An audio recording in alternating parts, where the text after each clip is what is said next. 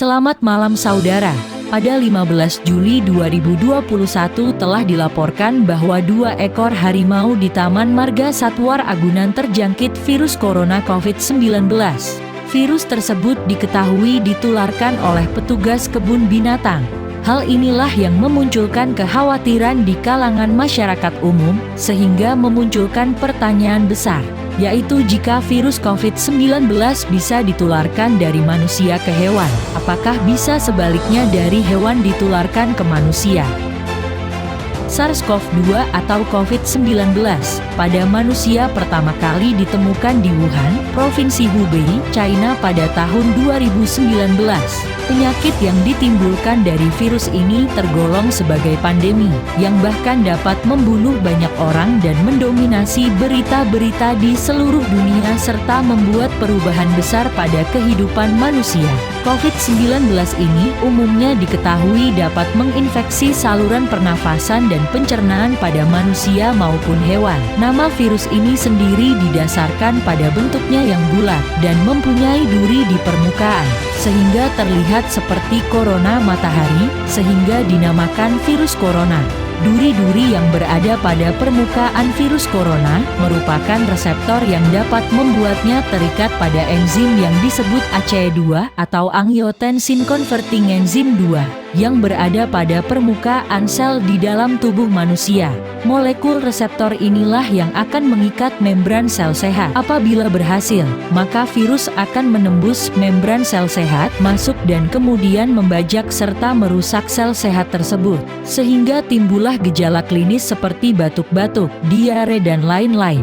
Enzim ACE2 biasanya ditemukan di paru-paru, ginjal, jantung, dan dinding saluran pencernaan. Kemampuan virus corona untuk menyebabkan penyakit pada suatu spesies tergantung pada jumlah sel yang mengekspresikan ACE2. Homologi dari reseptor ACE2 pada hewan dengan reseptor manusia dan kehadiran sel inang protease. SARS-CoV-2 sendiri memiliki kisaran inang terbatas. Penelitian baru-baru ini telah menunjukkan bahwa proporsional sel yang membawa ACE2 dan protease tinggi pada kelelawar, karpelai, musang dan kucing, rendah pada babi, dan sangat jarang pada anjing serta tidak ada pada ayam dan bebek. Oleh karena itu, SARS-CoV-2 bereplikasi dengan baik pada kelelawar, karpelai, musang, dan kucing, dengan buruk pada babi dan anjing serta tidak pada ayam dan bebek. Dalam kondisi percobaan, Crisetidae dan kera juga dapat terinfeksi tetapi seringkali hanya mengembangkan penyakit subklinis.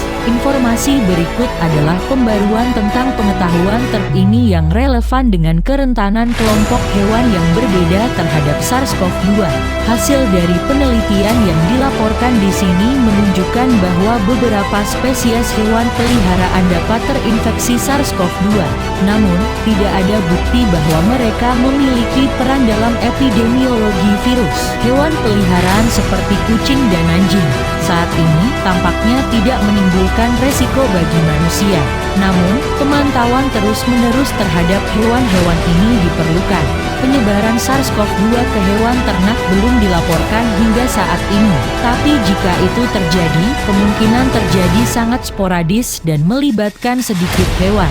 Pengecualian untuk ini adalah karpelai yang dibudidayakan, di mana SARS-CoV-2 menyebar dengan cepat dan menyebabkan penyakit klinis pada hewan yang terinfeksi. Sebagai tindakan pencegahan, hampir semua peternakan karpelai yang terkena dampak menerapkan pemusnahan massal segera. Pada 17 Agustus 2020, National Veterinary Service Laboratories, Departemen Pertanian, Amerika Serikat, USDA, mengumumkan kasus pertama yang dikonfirmasi dari SARS-CoV-2 pada hewan karpelai di 2 peternakan di Utah. Ini adalah kasus pertama yang dikonfirmasi dari SARS-CoV-2 pada karpelai di Amerika Serikat. Ternakan yang terkena dampak juga melaporkan kasus positif COVID-19 pada orang yang melakukan kontak dengan karpelai. Genom SARS-CoV-2 mungkin melibatkan modifikasi genetik dalam virus yang mengarah ke jangkauan inang yang diperluas.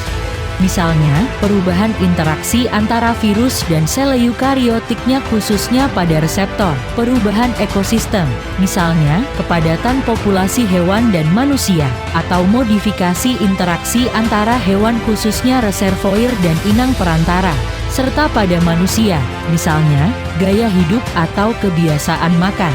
Sehubungan dengan SARS-CoV-2, beberapa faktor untuk munculnya pandemi COVID-19 telah ditunjukkan. Selanjutnya, tingkat mutasi virus ini dapat secara substansial meningkat di bawah tekanan imun, misalnya diakibatkan oleh respon imun alami dari pejamu atau vaksinasi. Peristiwa rekombinasi RNA antara coronavirus difasilitasi oleh infeksi campuran dengan spesies CoV yang terkait erat dalam inang yang sama. SARS-CoV-2 termasuk dalam kelas virus RNA yang rentan terhadap tingkat mutasi yang tinggi, dinyatakan sebagai jumlah substitusi per nukleo tidak per generasi. Terlepas dari kenyataan ini, untungnya, dan mirip dengan SARS-CoV yang bermutasi pada tingkat yang lambat yaitu dalam angka digambar. Sedangkan SARS-CoV-2 memiliki perkiraan tingkat evolusi seperti yang tertulis di layar. Dalam istilah awal, ini berarti bahwa SARS-CoV-2 rata-rata hanya memiliki sekitar 2 mutasi tunggal per bulan. Ini adalah setengah dari tingkat mutasi yang terlihat pada virus influenza dan seperempat dari mutasi yang didapat oleh HIV.